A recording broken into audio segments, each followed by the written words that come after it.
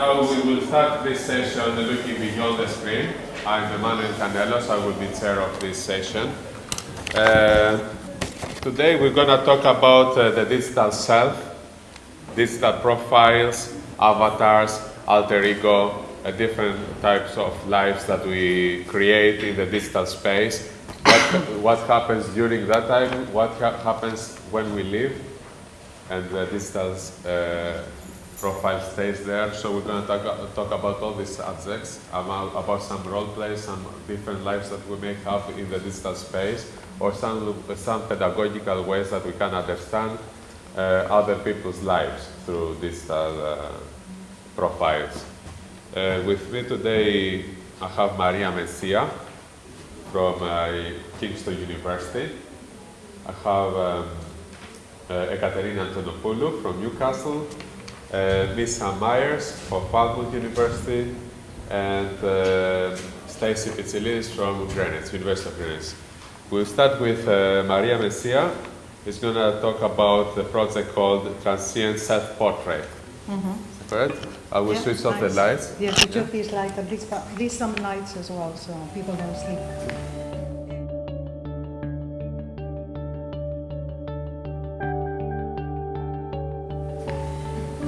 Well, thanks very much for coming to this session. When I first read it, and I was in this lot of death and homelessness, and then I thought, oh my God. So you know, thanks for coming to such a kind of chirpy and jolly session. And I hope we enjoy it anyway. So in this presentation, I'm going to introduce my project, Transient Self-Portrait, which I developed at a residency in the School of Technologies and Human Sciences Department at the University of Technology of Compiègne with the programmers Jalal and Reda Jacobin. Before introducing the project, and since I haven't perhaps introduced none of my work to any of you here, in fact, I think I just introduce a little bit about my practice-based research in the field of language art, e-poetry, which is electronic poetry, and electronic literature, and interconnecting the art, language, and digital technology. So it draws from concrete, visual, sound, and experimental poetics, and I use typography, kinetic, letters, blurring, and erasing of words, phonetic sounds, generative databases, and code in order to explore the space where the legible and illegible and unintelligible, or the intelligible and unintelligible in sound, will meet in a form of symbiosis to create new meanings. So the aim is engaging the reader or the viewer in an experience of shifting in and out of language, from the linguistic to the visual landscape, by looking at, so you're looking at the surface, and you're looking through the surface. So it's always working with this idea. Well, Richard Langham, I don't know if you're familiarized with him, he wrote this, The Electronic Word, and he was one of my influences when I started my research. And it's this idea of looking at the surface, the materiality of the text, and then looking through the text, which is the semantic meaning of language. Okay? So it's always this idea of moving in between is language and the visuality of language, and the kind of in-between area. Yeah? So language is always the material of the work, interconnecting the visual, the oral, and the semantic meaning of language, creating that experience of what it is outside of language, but within language. Because as Kristeva, as well, I don't know if you're familiarized with her, but also Kristeva was one of the theorists as well that very strongly influenced my work as well. And she also discusses this idea of once you become a linguistic subject, then you cannot run away from it. So, and this is something that I always use, these kind of notions, the idea of the in-between, and also the notion of looking at and looking through. And this is in all my work, and you will see that this is also reflected in this piece. And and it becomes like a kind of almost methodology. I just came from a session on methodologies, and this is kind of my theoretical methodology in a way, maybe with many other ones, but this is kind of the foundations. Doesn't matter whether I'm maybe using the digital medium or whether I will be using something else. I probably, these ideas of the looking at and looking through and the in-between are always going to be there. And as well as so there is a lot of remediation in the work, and also remixing and repurposing, and stretching the possibilities as well of the electronic medium. So after having used software for many years, different kind of software, I became more and more interested in programming, and most of my work in the last 6 or 7 years has been using processing. Are you familiarized? Processing, yeah, most of you. So, and I have been working with creators from creative computing, working in collaborations with them, with very specific roles, I think, and very clear roles that we had, to explore the possibilities of code for interactive aesthetics and poetics, okay? So concepts such as aesthetics, the user's engagement, the reader, the participant, the performance writing and performance reading, new literacies, and the impact of technological advances have in the way we read, communicate, create, and think. They are all means of analysis in my ongoing research and also my teaching. And since my work is practice-based, my inquiries are formulated through the production of the practice, and it is a dialogue in between theory and practice, and this is why I'm basing this talk on the practical work, which later on I will explore even further on a paper. But through the work is the way that I actually inquire through the different kind of concepts. So Transient Self-Portrait is an artistic research project questioning notions of reading and the electronic medium, while exploring concepts of the digital self through coding for interaction, aesthetics, and poetics. So in this presentation, I will discuss the development of these inquiries through the production of the interactive work, presenting the process and influences to create a fluid portrait encapsulated inside the medium with the use of the webcam, generative text, and sound to bring up the notions of the digital data self, the fragility of technology, and new media tools and coding. So this idea of the fragility of technology and coding was something that it was very interesting for me to explore in this project, trying to develop the concepts from the sonnets that I'm going to show you in a minute, and how can I actually transfer them into the new medium, yeah? But the work is downstairs, so if you want to explore it, you haven't had the chance yet, you can actually go and explore it. And so these are, I took as part of the departure these two pivotal sonnets from the Spanish literature, and they are normally studied along each other. One is Sonnet 23, En tanto que de rosa y azucena, by Garcilaso de la Vega, a 16th century Spanish poet using Italian Renaissance verse forms, poetic techniques and themes, and then the other from the Mientras por competir con tu cabello, by Luis de Góngora. This is a homage to Garcilaso, dedicating this sonnet like around 60 or more years later, in like 1582. So why did I choose this sonnet? I wanted to make a work that was responding to either a text or was maybe responding to an artwork or a poem, which in itself was also responding to another text. And I knew of these two sonnets because they are Spanish and I'm from Spain, but I have never worked using classical poetry before. And I thought it would be quite a challenge to bring these sonnets into the digital medium.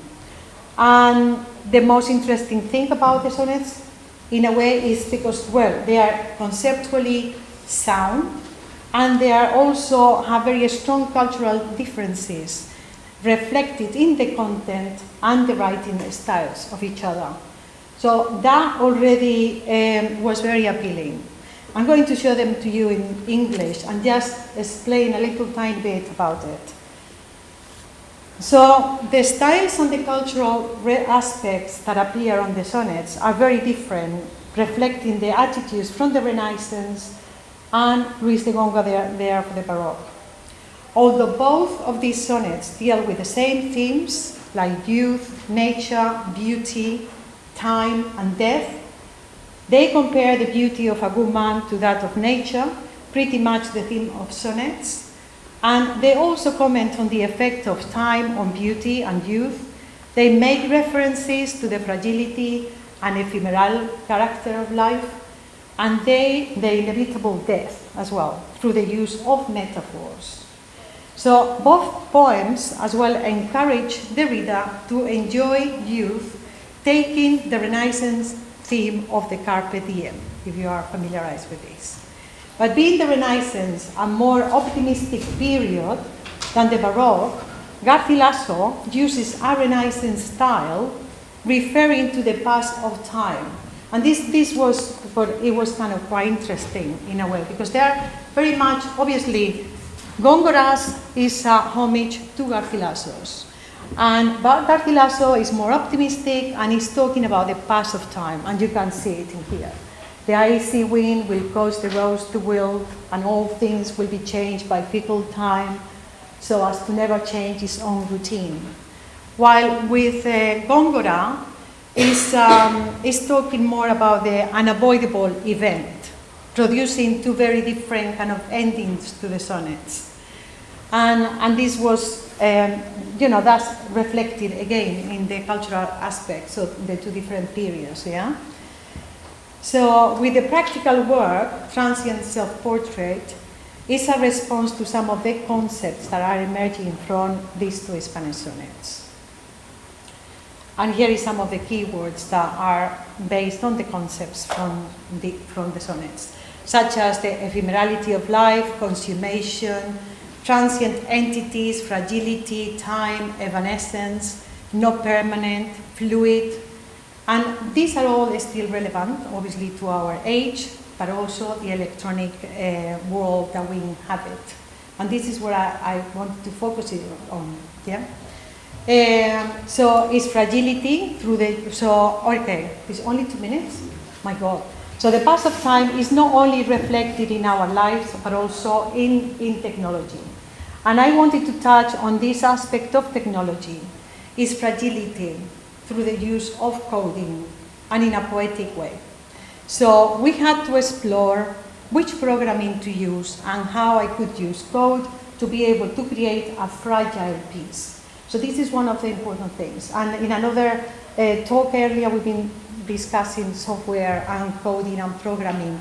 And actually, programming for me was very interesting here. How can I actually explore and make a fragile piece?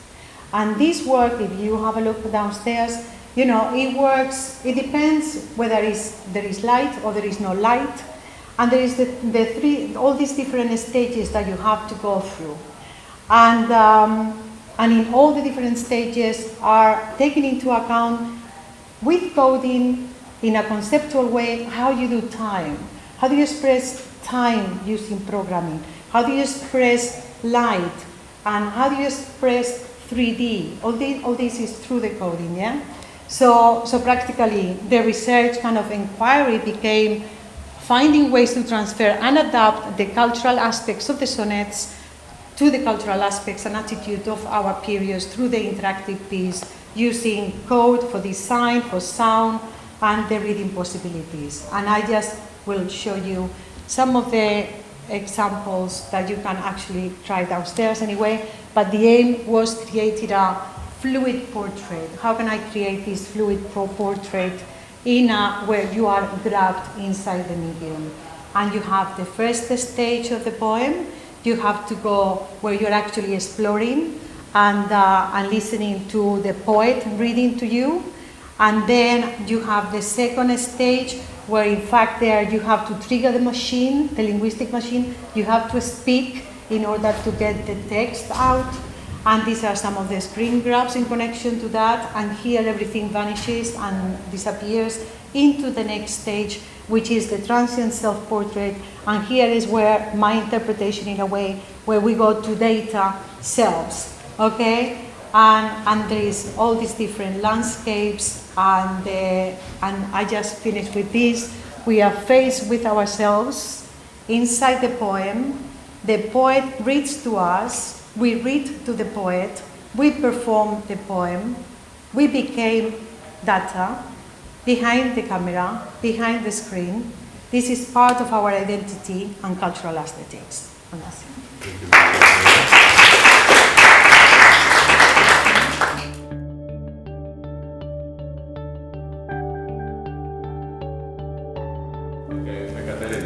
Thanks. So, homelessness in the digital age through the lens of the Panopticon video game project.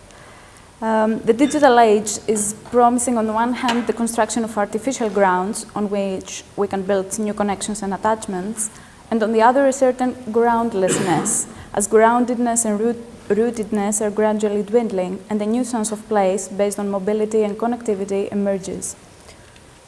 So the human body becomes, in this context, an open-ended construction, a body that might be physically enhanced with micro-devices that facilitate its operation, or with equipment that keeps it connected to others, but most importantly, a body that is mentally extended beyond its skin to include other bodies, objects, and ideas. Following this hybrid construction of a body, the perception of the world also opens up to be supplemented by connections of virtual spaces. Then the body and the world connect in complex ways. The creation of the many digital profiles that become extensions of one's physical self today require, to various extents, the detachment of this single established self and body and place, and its reconstruction and replacement into a different context and on an artificial ground. This theoretical disembodiment, theoretical because during both the construction of this avatar body and the experience of the artificial environments through this, there is always a physical body attached to the subject, and re-embodiment into something different raises the question, are we moving from a single place, ground, home, to a series of places, grounds, homes, or instead to a new form of homelessness?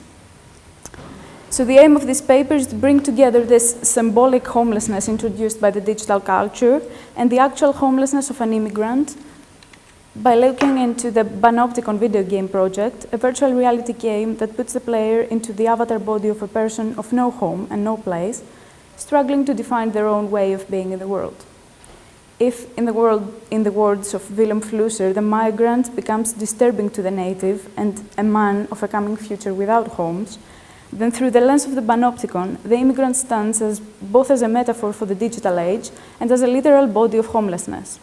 Therefore, in the context of digitization, breaking up the ties with home and constructing new connections and relationships is seen as an opportunity to negotiate one's identity and to rebuild one's places, grounds, and homes.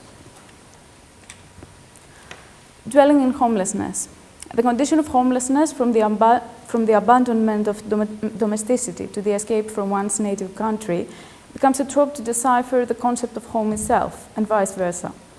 Home and homelessness carry within themselves both positive and negative configurations in relation to placeness, highlighting the tensions between fixity and mobility, rootedness and rootlessness, inclusion and exclusion. If home is traditionally perceived as the fundamental place and the symbol for comfort, security, and stability, homelessness is associated with a suspension of place, culture, and any sense of belonging. So in its definition of homelessness, the United Nations Center for Human Settlements emphasizes more on the fact that one belongs nowhere than having nowhere to sleep. The feeling that one belongs nowhere, closely linked with the possibility of refinding home anywhere, brings the condition of homelessness at the center of the discussion of being within the digital age. So, anywhere or nowhere. In one of his multiple definitions of cyberspace, Michael Benedict writes, and this is the quote, everywhere and nowhere, a place where nothing is forgotten and yet everything changes, end of quote. Here, cyberspace suggests a there that can be entirely constructed and that paradoxically exists both everywhere and nowhere, naturally creating confusion regarding the here in which we physically are. This is what is special about the digital condition, the fact that it presents a there that may be equally everywhere and nowhere, making the location less important than the accessibility, and therefore introducing alternative perceptions of placeness and, by extension, homeliness. In his essay, Taking Up Residence in Homelessness, Willem Flusser challenges the concept of home as a single point of departure and return of the everyday life by using the status of the migrant as a symbol for the multiplicity of homes, places to depart from and to return to. Flusser questions human settlement as a very short period within the epoch of human existence, along with all settled forms of existence. When these settled forms of existence break down, then the question, freedom from what, becomes replaced by the question, freedom for what? Freedom in this case does not have to do with cutting off all the relationships with others, but is instead about weaving the connections that really matter with others and in collaboration with them. It is about breaking down the bonds that have been imposed on us and therefore taking responsibility for one's neighbor, reminding us that man is outcast in this world and as such, by default in the position to build his home elsewhere. This idea makes homelessness instead of homeliness a constitutive characteristic of the human being. The disengagement from the idea of the one and only original home brings with it the release from all our prejudice, according to Flusser. The immigrant becomes disturbing to the native as he reveals the banality of home. Only when one tears up all the ties is set free to make judgments, to decide freely, and to construct one's places and connections. The homelessness of an immigrant stresses the tension between the ties that one builds and accepts freely versus those that are imposed on them upon their birth. Breaking up the bonds with home signifies opening up to a new order one is able to define on their own. The Panopticon project. The Panopticon video game project is a virtual reality game, or rather an experiment, designed by Personal Cinema as part of a wider EU project, MIGNET, which focuses on the effects of transnational digital networks on migrant mobility and integration. I just want to note here that I'm studying the game as a player rather than I wasn't involved in the design. I came across at the conference and I thought it was really exciting as a project. So the player here takes the avatar of a migrant entering the borders of Europe in the northeast of Greece, and the goal is to cross the country, to move to the harbor at the southwest, and enter a boat that will take him or her to a central European city. The migrant appears to be constantly moving from the rural areas to the detention camps, to the big city, then if not careful enough, back to the detention camp, to the harbor, and then to the European city, and perhaps, if checked by the police, once again back to the original city center. The game aims to emphasize on the contrast between the mobility of the human body, and the possibility of being digitally fingerprinted, and as such traceable all over Europe through a common database. It juxtaposes the constantly moving bodies and the fact that these are always permanently fixed on a database, which always aims at re-territorializing them. So the experience of the game is itself unsettling. The Panopticon aesthetically resembles the virtual reality games in which one has to conquer a land or to fight over territories. However, the player here takes the role of the other, a woman or man of no place and no land. The player detaches from their own network reality and is placed in a condition of absolute uneasiness and homelessness. The journey begins while the avatar crosses the EU borders and is almost immediately arrested and transferred to an asylum seekers camp, where they get digitally fingerprinted and released to a city center context. They have to move through the most marginalized areas of the big city if they want to avoid being checked for papers, and then sent back to the detention camp. occasionally chased by far-right groups, they meet with other immigrants, collect information on how to transfer to the harbor. They then move to the harbor via the detention center once again, if not careful enough, and then to a European city, until their passport checked and sent back to the first city center. A journey of endless mobility and instability. The players are put into a mode of constant transition. As avatars, they shift quickly from the one place to the other seeking freedom, but as players, they also shift roles between the fictional immigrants striving to escape and their first selves, reading newspapers listings and watching documentaries through the game's interface. Dwelling within mobility is interpreted here as dwelling within absolute instability and groundlessness. As the player shifts spaces, they shift avatars too. From male to female and from black to white, the game visualizes the endless possibilities of the self in the digital age. The bodily boundaries become highly significant as they form the avatar's only enclosure. This puts the player into a strange position. On the one hand, they become conscious of their own boundaries, and on the other, they begin to question those boundaries. Does the human body end at the corporeal skin, or in the digital age, or does it instead extend to include avatars and digital profiles, fears and desires? The distance between the player and the avatar, and at the same time their close bonds, remind us how much we have to suffer in order to gain our freedom, but also bring us back to Flusser's conceptualization of freedom, which has to do with tearing up all the ties and then building those that really matter. Okay. I read really fast, I'm sorry. If the migrant becomes a messenger of the future, then the player in the panopticon is reminded that in order to be re-embodied and replaced in this other very unique condition, one must take nothing for granted.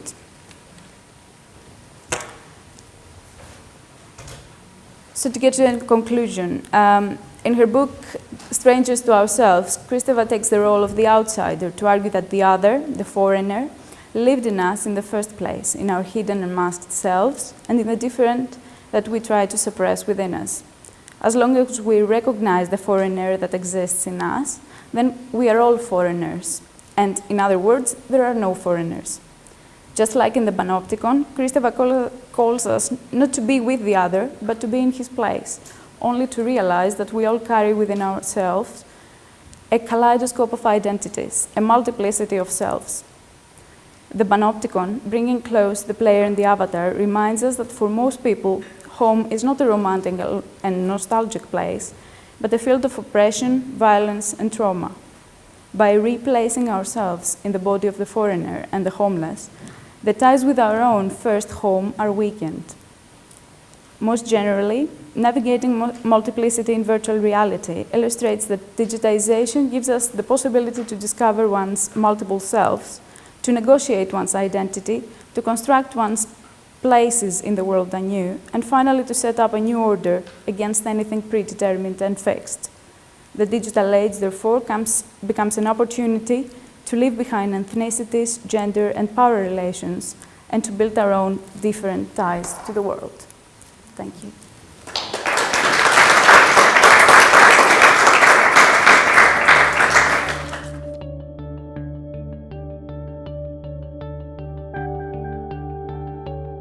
Thank you, everybody, for being here.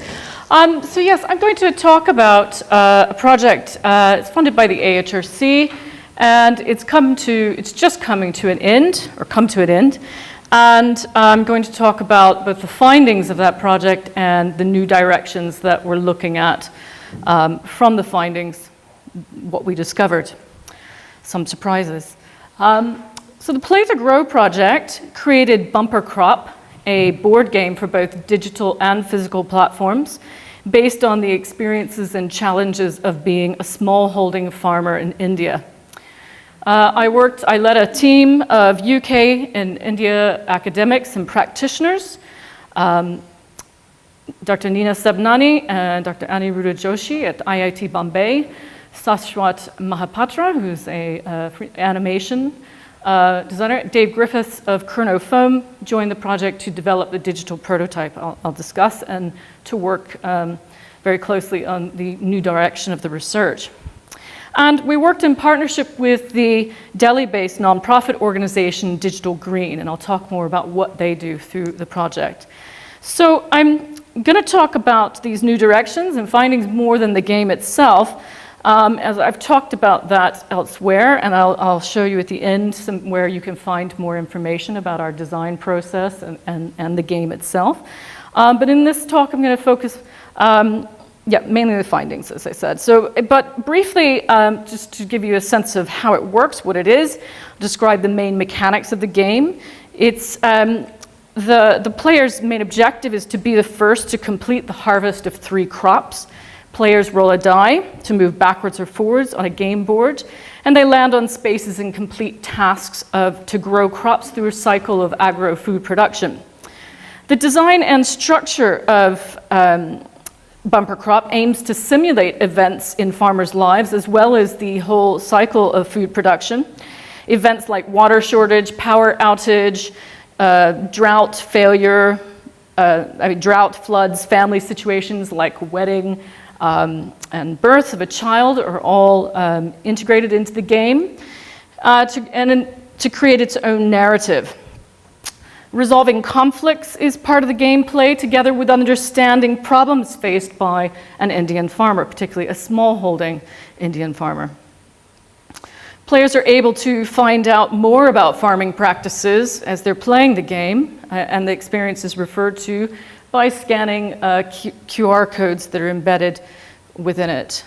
These take you to videos in Digital Green's archive, of a platform of locally produced videos which share knowledge on agricultural practices, livelihood, health, and nutrition.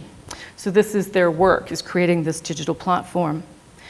So the project's original aims were to create a digital game to test its effectiveness as a method of storytelling and learning to promote young urban adults' awareness of issues facing farmers in India. However, initial results of playtests with both focus groups of young urban adults in Mumbai and farmers in the region of Madhya Pradesh revealed that the game might be more effective for a different purpose and audience than we originally intended. The farmers taking part in evaluations saw potential value in playing the game themselves within their own communities, with their children, to learn and pass on locally relevant and sustainable agricultural practices and cultural knowledge. This indicates the opportunities games and games thinking offer as new methods for peer-to-peer training and for the development sector as a whole.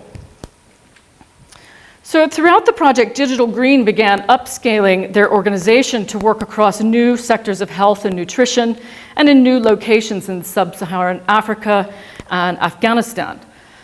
These significant changes in the organization focused their attentions on development of a virtual training framework and video courseware as a pressing concern. Such a framework would enable them to manage the expansion of partners using their platform and the services as a result of their upscaling. So therefore, questions about how gamification might enhance and contribute to improvement of their training methods became an immediate and pressing concern. And so more than just about promoting civic engagement and awareness through games, so advocacy. This led us to examine the efficacy of social impact games as tools and platforms both for advocacy and promotion of engagement with social issues, but also for knowledge sharing and learning practices amongst communities and constituents. So our evaluations, our methodology included evaluations conducted with 15 urban young adults in Mumbai who were representatives of our original target audience of the game. We, in the beginning of the project, we met with around 40 farmers in Madhya Pradesh to discuss issues and content that would be included in the game. And then we went back to Rajgarh in Madhya Pradesh to a different community of farmers who were representative experts in the concept and the narrative content of the game. And 12 of these farmers were also trained by Digital Green on mediating screens, which they show videos in villages with a digital system that they used remote screenings, and they refer to these people that work with them in the front line as mediators. So henceforth, I'll talk about mediators. That's who I'm talking about. So although the game evaluations with farmers and the mediators were originally intended as part of the project's participatory design to develop the game concept and narrative with these core stakeholders, a physical game platform developed in the project in the beginning allowed us an appropriate technology to physically play test the game directly with this group. The evaluation results suggested that farmers and mediators found the game valuable for their own learning, knowledge sharing, and enjoyment. And while the results of evaluations with young urban adults did suggest that they also learned something about farming, our findings did not present strong evidence for the effectiveness of the physical board game to promote empathy. In fact, some urban players tested seemed to perceive less empathy, generally, after playing the game, where playing to win was more important than playing for its narrative content. So while the digital platform may appeal to more young urban adults, the further evaluation necessary to confirm or dispute this was beyond the scope of the project at the moment. However, we did find that with the move from the physical to digital platforms, the game design lost many of its most engaging strategic features, which involved more social interaction and negotiation, and also present more scenarios, different kinds of scenarios, which might develop empathy. So seeing that, from the farmer that wins and the farmer that loses and goes bankrupt. Nevertheless, the development of the physical prototype revealed the realization of new potential purposes and audiences for the game, and new approaches to game design. So existing research has suggested that digital games provide tools and platforms to leverage the power of empathy, identification, self-connection, engagement, and imagination, such as in Bakin's work, McGonagall, Ratton, and Ritterfield. Games such as Darfur is Dying, Haiti. In doing so, social impact games have been used to promote outreach, fundraising, civic engagement, awareness for social change agendas. But the results of the Play to Grow evaluation suggest further evaluation is necessary to determine what game platforms are most effective and worthwhile for such advocacy agendas. However, the research, hopefully I'm going to have a video that plays. Oh. Okay. The research did suggest new evidence that games offer opportunities for participatory learning, acting as social actors that build relationships through dialogue, feedback, and behavior modeling, and that they create immersive, situated, and experiential learning opportunities that facilitate constituent training and organizing. This suggests that games may provide an innovative way for training and communication, new tools of communication for the development sector, which is a new direction we intend to pursue.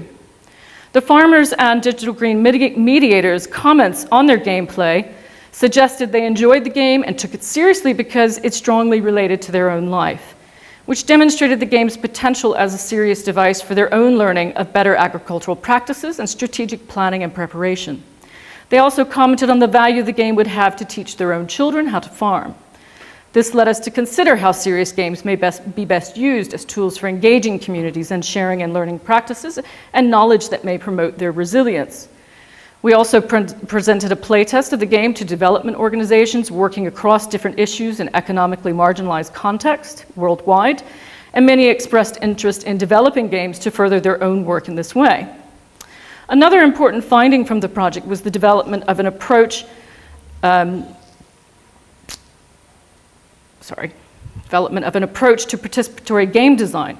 While the development of the physical prototype was not the original intended outcome, it did provide malleability that would not be present in current software design processes, but was critical due to the needs of working within the specific context and limitations of the project, such as the need to work in places without power, to work with materials people are familiar with, to avoid it becoming all about the tech, to work with limited financial cost, given the sector that we're working in, to work collaboratively and remotely with a dispersed and diverse team, culturally, geographically, disciplinary.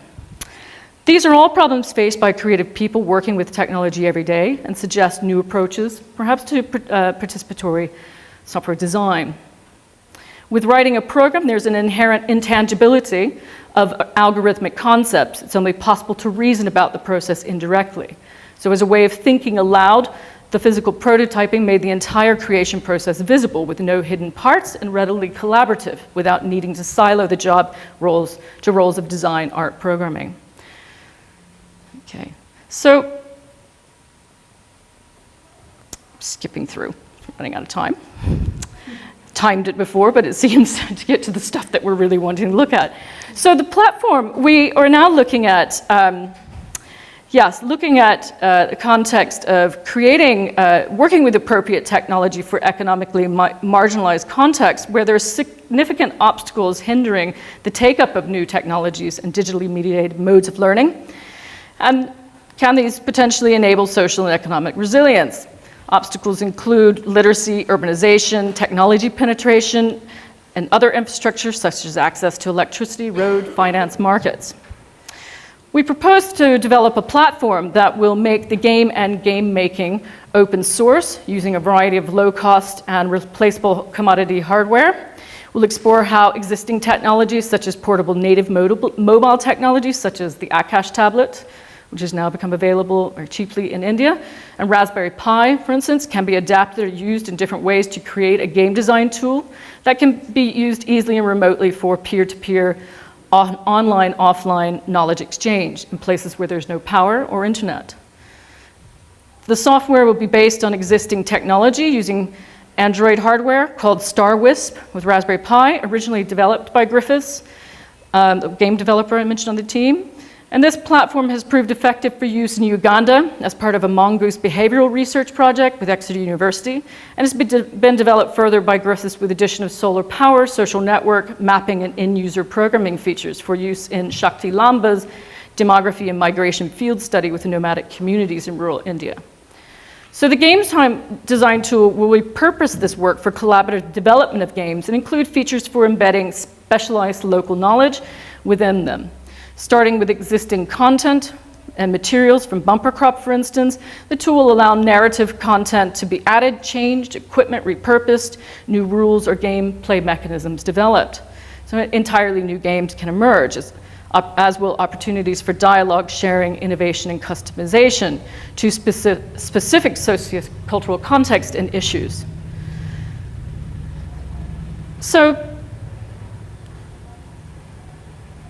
moving forward, we ask if games and game design processes itself may offer the development sector new tools to respond to the challenges, these social challenges of our times, as outlined by the UN Millennium Development Goals to eradicate poverty and hunger, while also ensuring environmental sustainability and making the benefits of new information and communication technologies more widely available. So I'll finish there. Thank you very much for your listening.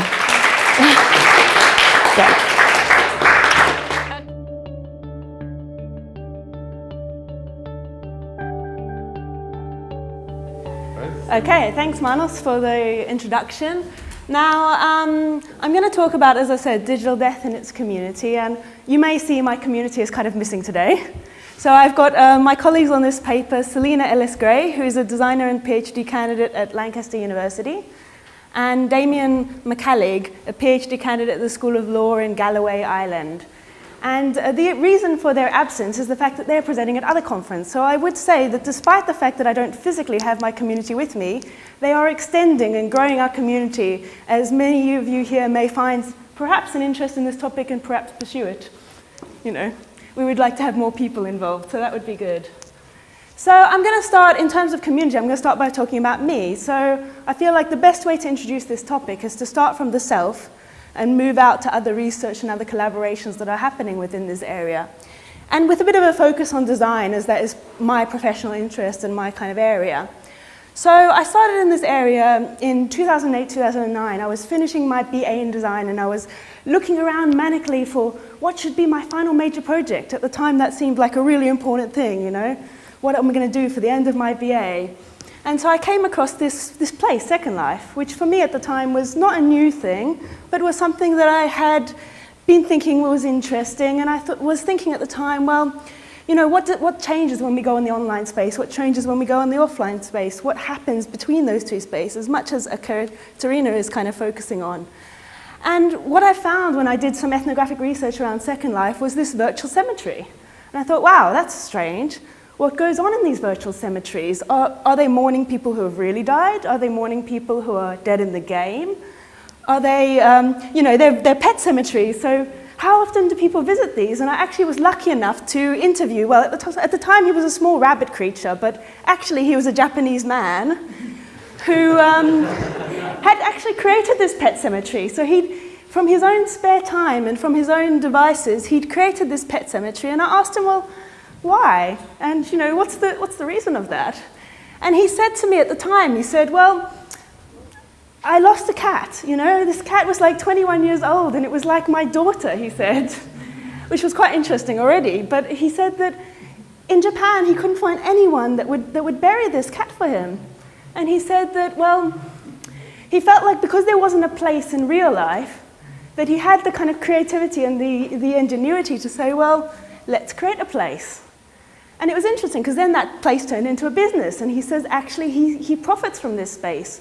People buy grave sites, they buy candles, they buy flowers. And I asked him some other questions. So I asked him, how often do people visit these sites of mourning, of commemoration? And he said, well, not very often, but they feel an ease because they have grave, because they have a space for that commemoration, for that creature that meant a lot to them. And I found that incredibly fascinating, and that took me on this kind of incredible tangent into this area. And so I began then to look for a community. So I thought, I can't be the only one researching this topic area. And the interesting thing about that was that in 2008, 2009, I went and I interviewed a whole lot of professionals and academics, and the kind of responses that I got when I asked people, well, what are you going to do about your data after you die, was, oh my God, that's a really good question. I've never thought about that. So that was the kind of response I was getting in 2008, 2009. Now, fast forward 2010, quite a lot of activity, quite a lot of things happening within this area, growth. Fast forward to 2014, and now when I ask someone, well, what are you going to do about your data after you die, and what experiences have you got on that, the thing I get back is, oh my God, I have this experience, I have this story, I have to tell you about it. So people saying more and more like about this idea that they're actually coming to me and saying, well, I have a friend on Facebook who's died. I have people who I know who have gone through this. What should I do with this stuff? Or it's been incredibly meaningful for me. Or even more perhaps disturbing for me, they come and they ask me, well, is this normal? So is what I'm doing online, is the fact that I'm talking to people on Facebook or the fact that I'm talking to people online, is this a normal thing? And I say to them, well, yeah, actually. It has become quite normal. And the digital death days are something that I've been working on, I've been co-collaborating on, and we've had about 3 of these around London, and there's been another 2 of them in North America. So they're to try and engage the community. And by the community, I do not mean a community of academics. Apologies to everyone in the room, but I mean a community that embraces academics, entrepreneurs, people within industries, for example, funeral directors, lawyers, psychologists, as well as members of the public who can walk in and talk about their story, talk about their experiences, and engage and have real conversations about what's going on in this area and how these systems are developing. So, oh my God, I've done 5 minutes already. Okay, I have a lot more slides, so I'm gonna try and move on from that a bit.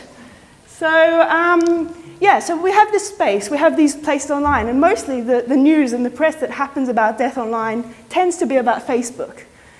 And that's for a couple of reasons. I mean, Facebook in a way is quite badly designed in terms of bereavement and memorialization. So it's got a very academic look. And yet that's the first point of call for people. So when somebody you know dies, I mean, I don't know if you guys have had that experience, but I've been around when that experience has happened. And it tends to be that you're informed of activities of the funeral online, you have messages going to profiles, you have people. And Elaine Cascade has done some excellent research in this area. And she says, you can think thoughts in your head and think, oh, I'm hoping he can hear me. But when you write something in Facebook, it's a more tangible way to communicate. And this is from Ruby, one of her participants. And in her conversations with younger people, she's a clinical psychologist. And in her conversations with people who have made memorial sites, they say things like that. They say that if I talk to them in my head, I'm not sure that he hears me. But if I write things on Facebook, he hears me. And it's this kind of, again, it's this kind of intangible but very tangibleness of writing, of text, of inscription, of placing something into the digital space. So again, this area is more diverse than just death studies, bereavements, these kind of areas. So we have these kind of social and ethical issues. We have questions of ownership. So whose photo is it anyway? We have questions, I mean, Janice was talking about whose book is it anyway in the keynote, but this is whose photo is it anyway? When it goes onto Facebook, do I own it? Not just in a legal sense, but in a kind of ethical sense. Do I have the right to remove something that everyone in the community is connected into? Do I have the right to take away that profile? If I'm the family, and this is a huge debate, if I'm the family and I feel like that is not a sensitive place to have my loved one's profile, and I've never been on Facebook, and that's linked to all the external friends that might have grief issues around that, then if I take that profile away, I'm disenfranchising a huge range of people's grief who might not have a place at a funeral, so who might not have another place for that bereavement. And going further along, you've got questions of, well, what does it become historically? Who curates it when it becomes history? How do we curate it? Does it become rubbish, lost? When it becomes our ancestors' photograph, what does it mean to read Daddy's Twitter and to engage with Daddy's diary on the online space, So there are all these kinds of questions, and this is kind of an overview of the different legal stuff. So different social media, I'm going to go really quickly, have engaged with this in different ways. And you have Facebook's memorialization mode, you have Google's inactive account manager, you have different policies and different laws. There are a range of laws being constructed in America. So we've got at least 5 states that now have laws about digital assets, which is way more than what we've got in Europe, so we need to catch up a bit. And then we have these sites, which are, again, the entrepreneurs that I was talking about. And these sites are all kind of a bypassing for countries who don't have laws about this yet. So these are places where you can keep your digital assets and which promise to send you passwords after death. And there are questions about these and ethics. And the questions that I like to say are things like, what happens if they go bankrupt? They're commercial third parties. We don't know anything about them. They're storing your data somewhere. We don't know who they might be giving them to. And also in terms of their design. So in terms of the fact that some of them have this kind of safety deposit box style, whereas others talk about keeping your memories forever. And I mean, on some presentations, I have a little pyramid with a 404 on it to talk about the kind of stability of physical and the instability of digital, where we kind of view it as something that is forever. And we keep coming across in the digital space this word forever, and yet, is it forever? Anyway, I will leave that on that. And then we have the way that technology is being integrated into the gravesite. And this is obviously a scanning memorial tag. So these are becoming more popular in America, and I've been told in Scandinavia there are some. And it's really interesting because you have an incredibly old technology, the engraver and the engraved stone, where we used to, again, see history and see kind of the past and walk through a cemetery, and you have this kind of ephemeral and virtual and imaginative experience of the gravestones. And now we have this kind of literal tagging of data into the space, and that can be incredibly personal in terms of memories, or can be historical, or can be a nuisance and annoying to have, this kind of digitality in this space. So it's questionable, and it's interesting the way that the old and new are coming together and creating hybridizations. And I've seen also augmented reality gravestones, which I actually find more interesting because then they're invisible. So you don't even know when something is there, and that's quite exciting for me, actually. Sorry, weird things excite me. So we have, again, this question of, capacity. We've got the simple thing that in virtual space, we don't have this concept in a way. I know there are other exceptions, but in a way, we don't have this concept of space. So in terms of the data that's stored there, we don't have like a digital attic. We just kind of chuck things there. We just kind of say, well, why should I delete it? I can keep it. Why delete it? I might need it one day. I know. I'm going very quickly. And actually, the whole funeral industry is actually going through a bit of a renaissance at the moment. Things are changing slowly. It's the funeral industry, but things are changing. And funerals can nowadays be celebrations of life and be really personal and individualized practices. And this was a development in the Ghanaian Gar coffins, which is a tradition since the 1950s. But I've just got it here really as an example of the way that the funeral industry is kind of moving forward with woodland burials and cardboard coffins that you can write things on and place photographs and create less of a kind of a more secular and less kind of religiously ritualized process. So the next one is gaming and the way that different gaming spaces, so this is EVE Online. For anyone who doesn't know, it's a massively multiplayer online game. It has an economy, it's a very exciting gaming space actually, EVE Online. And the interesting thing here was that the way that tributes and memorialization can be incredibly appropriate to the space in which they're created. And so Eve's tribute to the fellow gamer killed in the US embassy attack, this was a very public, newspaper-based killing, and yet his name in this game was Val Rat. And he was an incredibly prominent member of their community and was someone that I'm sure many gamers felt a true loss at his presence not being there. And at incredible expense, actually. So these little bubbles that you see here are in-game in the space, and you have to buy them and tug them with your ship to this space. So it almost has a bit of labor and a care to it, in that somebody has bought this and dragged them over there and meticulously set them up to say, R.I.P. Val Rat. And I know it sounds funny, but yeah. So anyway, yeah, there's a lot more to say about gaming that, but I have to move on. And then in terms of collaboration and the way that we can collaboratively come together to memorialize and remember those who have passed. So you have this beautiful project, if you have time to go and watch it. I don't have time to play it. The Johnny Cash project. And this is a kind of bringing together through the form of video, engaging with Johnny Cash's last song, Ain't No Grave. And it's a kind of bringing together of different frames in which people can, you see on the right, they can draw on top of the frames and kind of create a portrait of who they felt Johnny Cash was. And as they're played together, these are all the frames, they create this beautiful bricolage kind of movie of this kind of action. So it's incredibly beautiful, and I would advise everyone to go and watch it. So, going to the design world and the research world, you have some really interesting research projects. So in 2008, you have Scan Memories from Miguel and Inyong in Goldsmiths, and they talked about the fact that, well, do we need to go to the grave space to remember someone, or are there other places in our lives and in our worlds that are more symbolic and more reverent to us? So is that park bench where we first met somewhere more important perhaps? And really actually accessing the places that are meaningful for us in life and not necessarily in death. And what they do is they have these RFID tags and they place them on different places, so on a tree, on a bench, and they leave bits of memories there. So it becomes almost a journey that you go from one tag to the next and you build this encapsulation of memories. And then the technology Heirlooms is a box in which you store your tweets, all your tweets. So it lives on yourself and it's backed up off the internet. So it's something, again, coming offline and living as a physical box in your space from Microsoft Research Labs. And you can scroll back to the beginning of a timeline and see your first tweet. And you have this graphical interface. And then Dagny Rauner, last year, 2013, creating these beautiful urns in which they hold the voices of the dead. And they're made with this kind of magnetic pottery in which you put them in the kiln. And then you can listen, and it holds the sound of somebody's voice, but only for a period of time, so it starts fading out. And it's this really beautiful thing of being kept in the house and having the urn there as a kind of symbolic thing on the mantelpiece, but actually being able to have an interaction and an engagement with it. I know, I'm coming to the end, I'm sorry.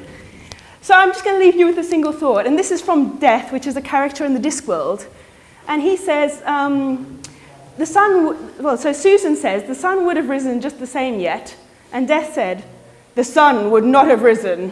And he said, a mere ball of flaming gas would have illuminated the world. It would have been a world of oblivion. And that's just a statement of, well, the narrative is the thing, context is the thing. That's my view on all this data and on the way that we engage with it. So the kind of crafting, curation, I'm going to finish there and say thank you for listening.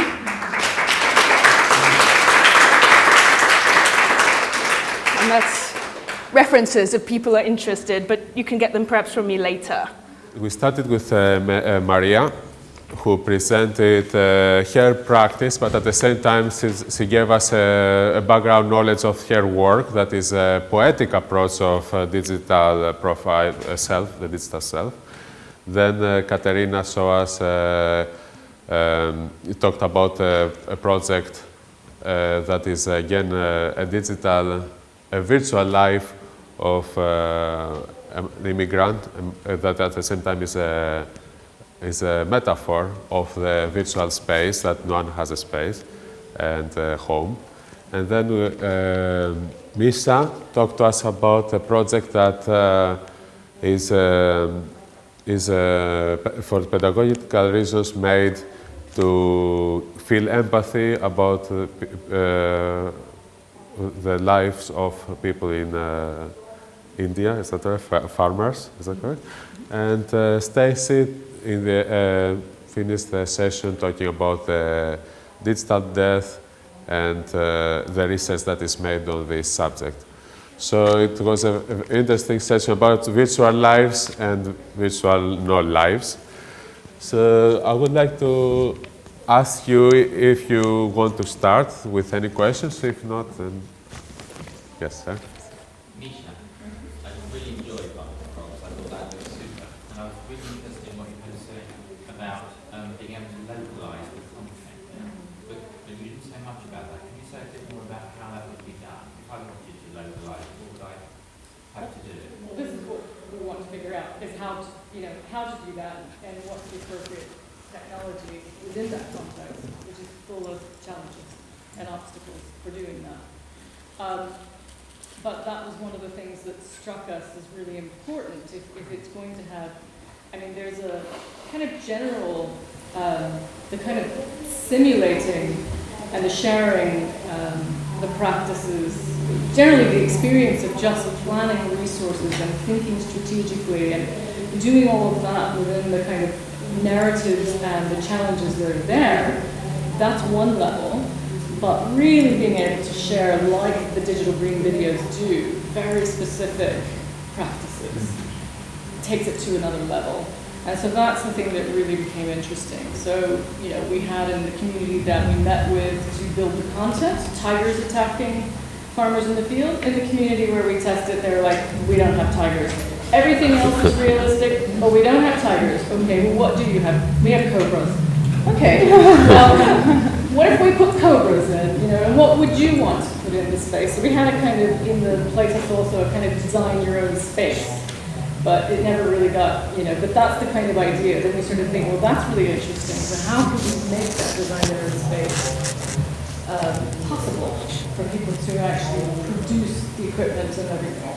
So, and it's difficult, because, the paper-based is, as I said at the top, it allows you to play physically, is really important, but the production of that is very expensive. The printing paper, that's not something that people have access to.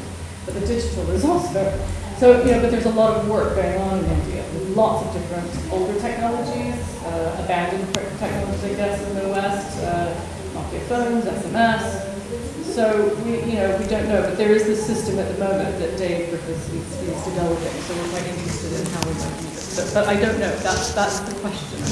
What would be the appropriate way to do it in all of those?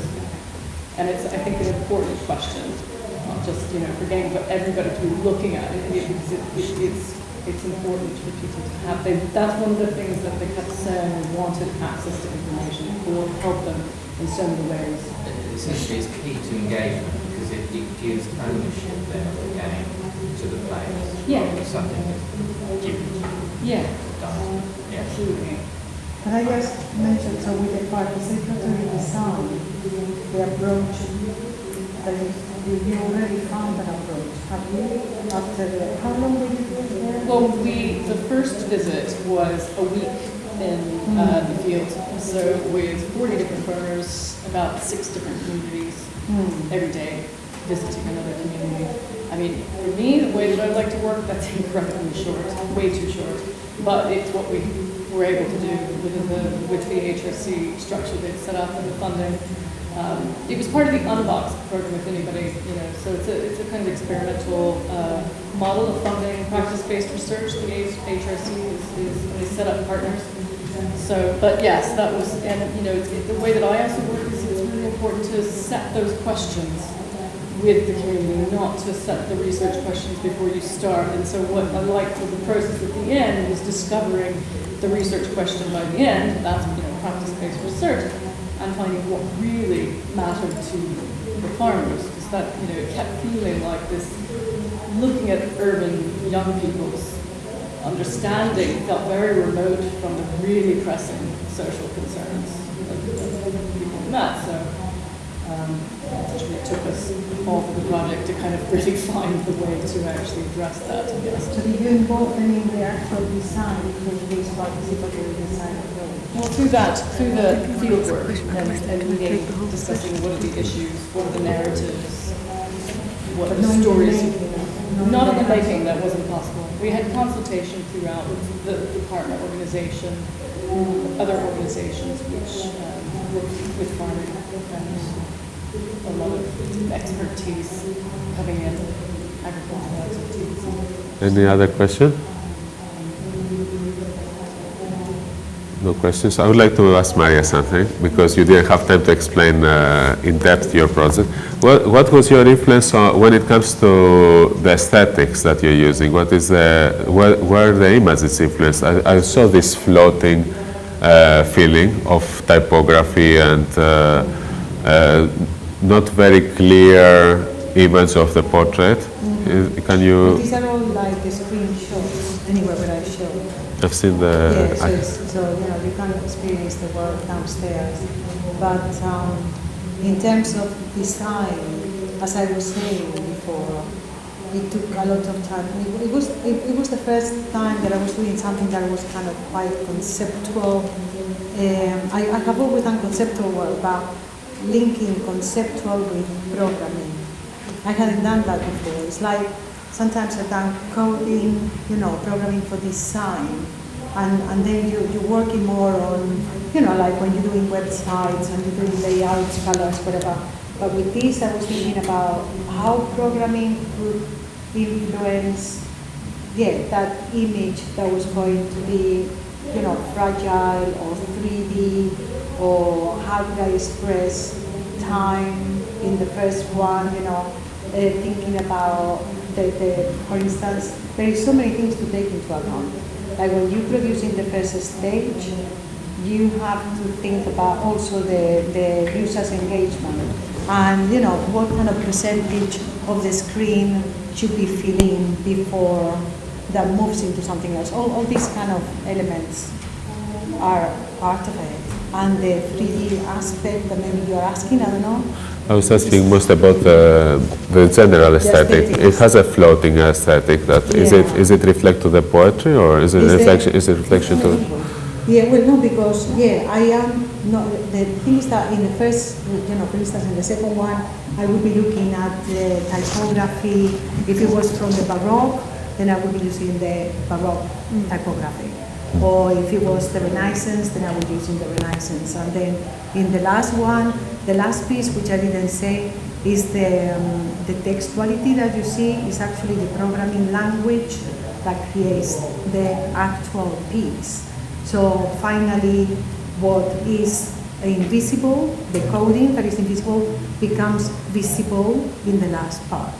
Because in fact, in another discussions that we were having as well earlier about programming, and whether, you know, programming in itself is the kind of semantic language that is the work, like what's his name, Mickey or Mick or something, he was talking about, and in a way I wanted to reflect that. When you are programming, that is obviously the work, and I wanted to bring that in the surface in the last part of it. Okay. This idea, conceptual idea. Thank you, Maria. Katerina, I wanted to ask you also, in this video game, I guess the aim is to feel empathy for the situation, the conditions of lives that the migrants, immigrants are going through. Is that correct? Yes, well, the way I see it is I think it's important to experience this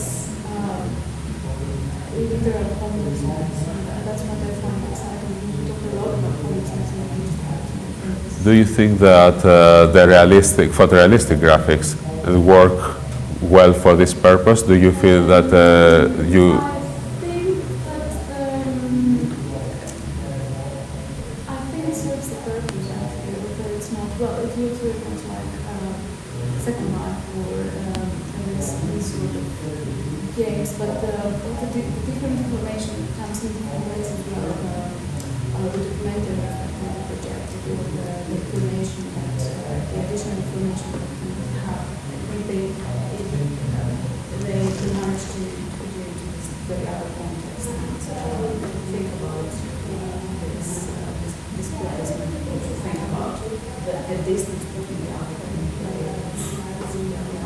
Because there's a difference between the two games, I don't remember the names now, but the Panopticon and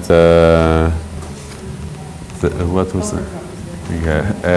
Yeah, they have two different approaches in graphics. I guess this is still a prototype, is that correct? Yeah. So maybe we don't know how it will develop, but sometimes we see video games nowadays that are very engaging with different approaches. Some of them are using realistic graphics. Some of them, like it was one in Facebook with Farm. I can't remember what. Yeah, something that. The graphics were very simple, or like Minecraft, the graphics are very pixelated on purpose. I was thinking that. Do you think that the both approaches work for this purpose? Because the main purpose is to feel the situation, the lives of these people, how to immerse in their environment. Do you think that this type of graphics work, simple or photorealistic?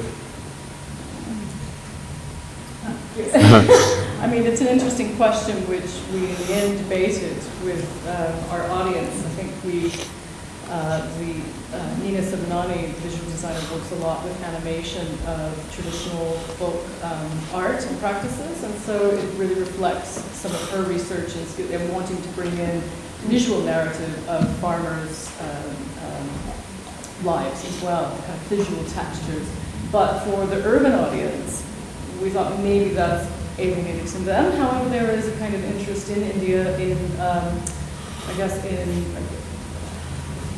reclaiming those kind of that art along with a kind of global perspective. So I think it's interesting because the graphics, the very realistic graphics, might appeal to that more globally savvy culture age group that we're targeting, and it might also be more realistic in a way.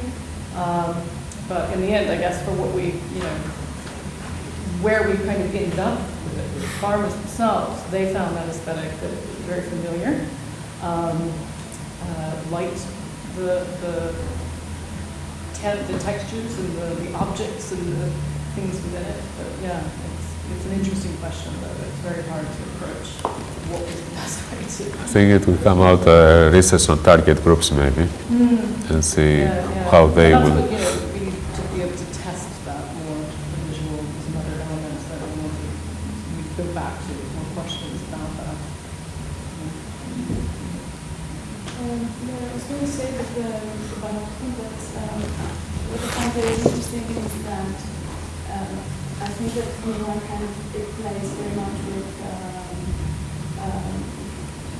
the experience that people have with video games, especially with war games. It's going to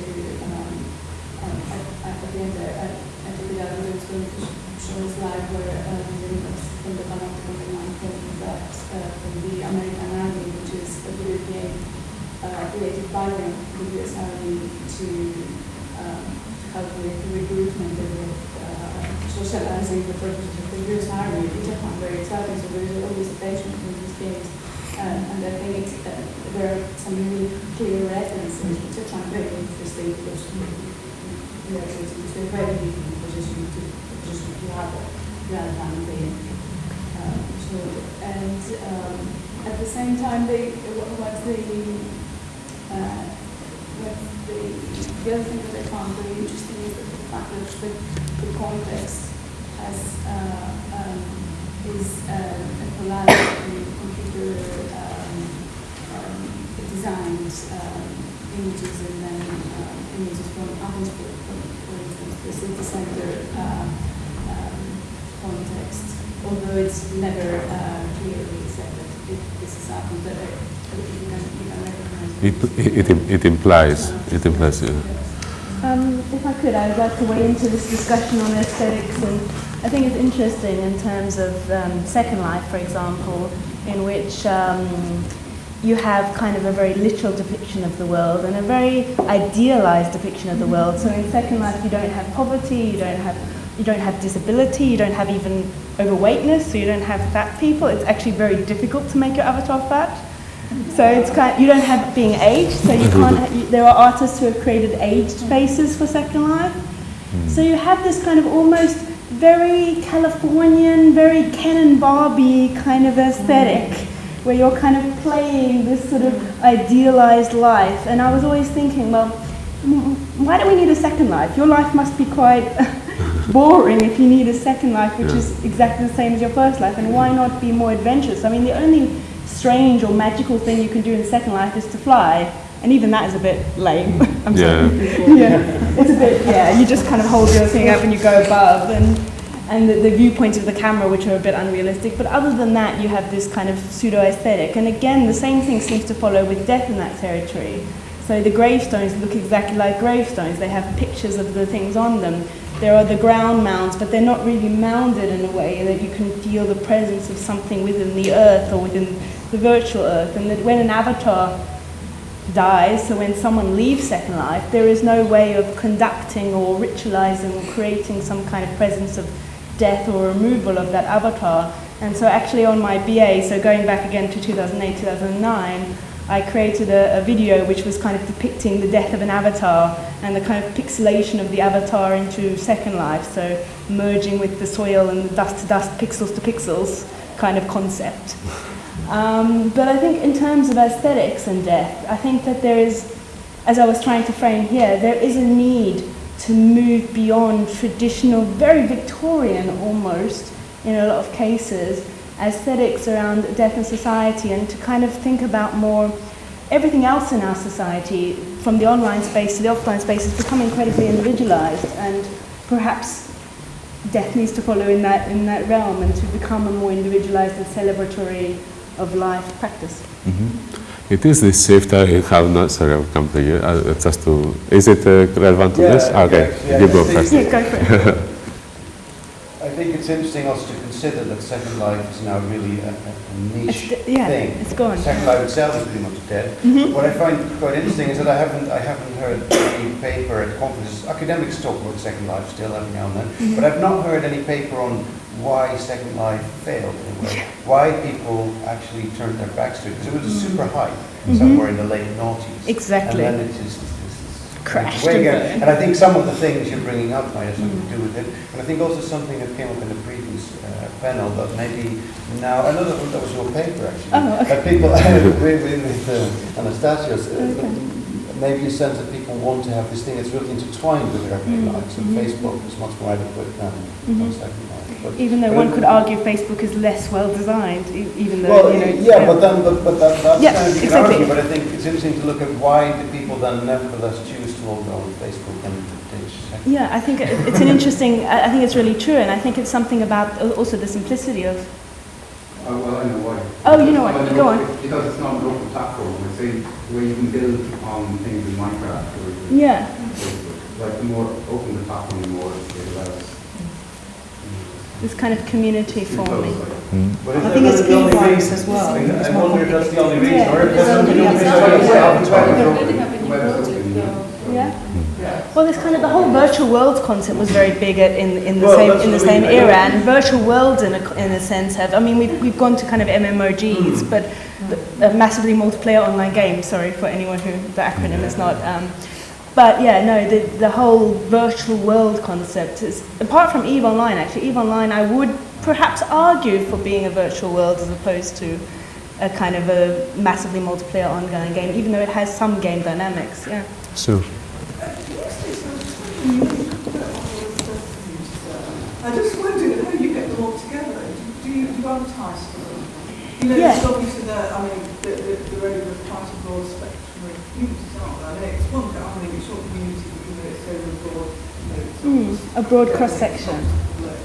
Yeah. No, we have a lot of really, like one thing is that the community has their own network. So because everybody's interdisciplinary or transdisciplinary as the statement may be, people who are in a nursing environment will communicate to all those people. People who are in a psychology environment will communicate to all those people. And you always get new people funneling into the community from one place or another. Now, the Digital Death Days are advertised, and we had a call out on Time Out.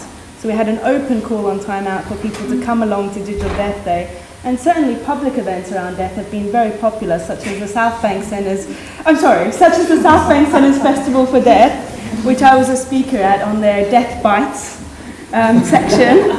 And it was with a Y, so I was very happy about that. So yeah, where people came, and that was full for 3 days talking about, so I think there isn't, I was going to call it an appetite, but perhaps a longing or a need to discuss this topic that has been quite taboo. And yeah, I think. Did you think it's almost like with therapy? Lots of Yes. people who maybe lost something. Yes. Makes it kind of a more way to find them. Yes, and I think what I was alluding to with this idea of people asking whether it's wrong the way that they're grieving is that people say to me, well, I have people on my Facebook profile who are dead, and I talk to them, and I like that. I don't find it uncomfortable. And they said to me, like, is that normal? And I say, well, yes, that's very normal, and that's what many people feel, and and so this kind of feeling like it's this kind of the social policing in a way of death is kind of changing, and it is becoming more individualised. It's creating a new ritual, isn't it? Exactly. Because we need rituals, and we no longer have the Victorian rituals which said, you walk that for a month. Exactly. 6 months. Exactly, and the institution of the as church. Western society here, we don't have those rituals, and other people do. No, exactly, yeah. And where I come from a completely different context, not a Victorian one, as I come from Italy, so it's a Catholic context, and which is pretty different. But in this regard, in regard to this, probably digital possibility of communicating, of writing something to somebody who's not there, takes away the feeling of shame, of the need to speak to somebody who's not there. Because usually when you find somebody talking to a dead person, people think, oh, he's a bitch. Which is not. It's just need to commemorate, to give somebody and to keep the love alive. And love is what keeps us alive. So this is a sort of membrane which molds or which makes pain lighter and helps us in this sense of mourning and going through the pain, not through somebody. No, I mean, Tony Walter, the professor, I'm sorry. We have a minute. Tony Walter, professor from Bath, is really a great inspiration in this area, and he talks about the fragmented communities. He's a death studies professor. They do exist. So they're still alive as well. So apologies. We're going to use the 1 minute up with jokes. Anyway, so he talks about the fragmented communities, so the fact that we used to live in communities nearby our grandparents, nearby our parents, nearby brothers and sisters, and now we live so desperate. I mean, my grandma is in South Africa, my parents and his family are in Cyprus, I have relatives in Australia, an uncle and his whole family. And it's like, these connections are so desperate that without the online space, in this kind of diaspora of the world, even if you do live in the same country, it becomes very difficult to keep up with the day-to-day of, and when someone dies, you do need that kind of day-to-day activity and that day-to-day someone to discuss and to talk to. And I think the virtual space has a lot of very creative but also very cathartic things that are filling the holes of some of these rituals that have kind of faded a little bit, but that haven't really disappeared, and that there hasn't been something really fundamental kind of fitting in. So these things are kind of ad hoc-y, bubbling up and sort of, taking up the kind of spaces that are left. All right, thank you. I want to thank you all for coming here for the session. It was very interesting. I would like to have more time to talk. Maybe we'll have some time to talk outside because there are many concepts that we could have a discussion about. Once again, I want to thank Katerina, Misha, Maria, and Stacy. Thanks for coming.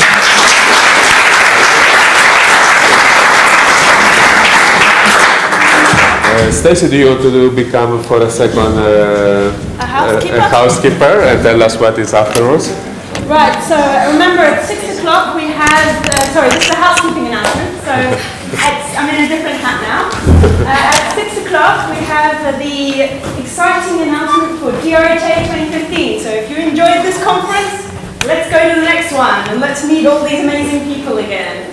So, and then following that, even more excitingly, there will be a Prosecco reception. So if you come to the announcement, then we'll bubble open the Prosecco. I think this is what everyone is waiting for. I know, but come to the announcement.